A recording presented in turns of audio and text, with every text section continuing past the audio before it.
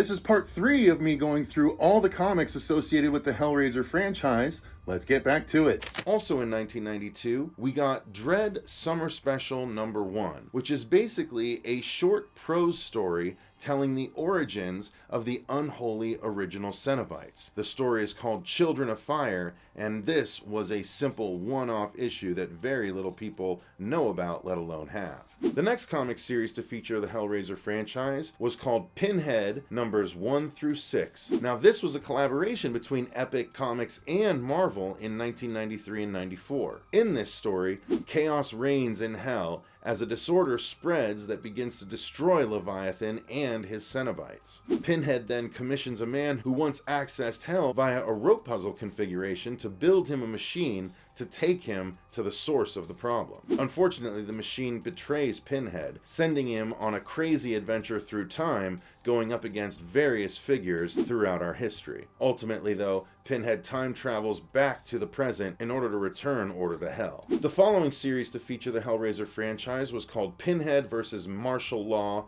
Law in Hell, numbers 1 and 2, in November of 1993. This series followed the character of Martial Law from previous Martial Law comics as he solves a lament configuration. After doing so, he accidentally opens a gateway to Hell, which brings Pinhead right to the Marshal's doorstep. Can the Marshal use his skills to defeat Pinhead, or will he end up a model of pain? The next series to feature the Hellraiser franchise would be Clive Barker's The Harrowers, numbers 1 through 6, from Epic and Marvel Comics in 1993 and 94. This is simply an offshoot of the original Hellraiser comic, starring the characters introduced in that series. These characters are the heroes of the series, all on a quest to rescue people from Hell. As they do, they run up against various Cenobites in the process, culminating in a massive battle with an oversized Pinhead himself. The next series to feature the Hellraiser brand was Clive Barker's Hellbreed, numbers 1 through 3. Now, in all actuality, this is actually just another book of anthologies where it actually has a Hellraiser story and a Nightbreed story. Unfortunately, they are all reprints of stories in each respective series, so it is not new material.